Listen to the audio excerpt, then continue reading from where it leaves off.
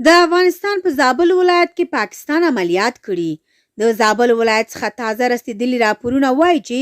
د شملزو په سیمه کې د پاکستاني پوځیانو لوري یو افغان وګړی په نښه شوی دی.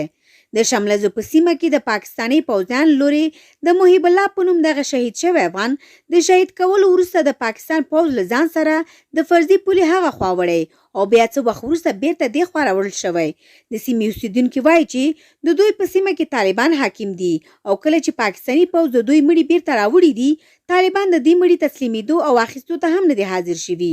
د سیمې اوسېدونکي وایي چې دوی د فرضي کرښې هغه خوا په ګڼ شمېر سره آباد شوي دي او دې خوا هغه خوا تګ راتګ لري، خو د پاکستان د پوځ له لوري لسیزې کېږي چې بې ګناه په نښه کېږي. د دې ځای اوسېدونکي وایي چې دوی آزاد تګ راتګ غواړي، هغه خوا آبادې ځمکې او خپل خپلوان لري، مګر د پاکستان پوځ یې هېڅ وخت په ارامه نه پرېږدي او وخت ناوخت د دې سیمې اوسېدونکي د ټولې دې خوا او هغې خوا په نښه کوي.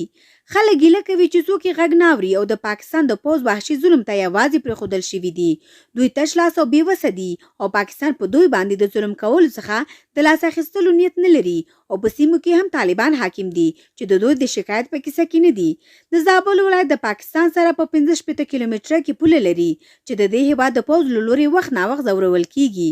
تر دې وړاندې د پاکستان سره د فرضي کرښې په امتداد کې پاکستاني پوځ عام افغانان په نښه کړي او ځورولي وو. دا چې په سیمه کې څوک نشته چې پاکستاني ظالم پوځ ته ځواب ورکړي، نو دا ظالم پوځ ورځ تر بلې خپل ظلم زیاتوي او د خلکو پر وړاندې د لا زیات وحشت څخه کار اخلي. د چارو شنونکي وایي چې افغان حکومت دا مسله په نړیواله کچه مطرح کړي او د پاکستان د ظلمونو په هکله د نړیوال حساسیت را بیدار کړي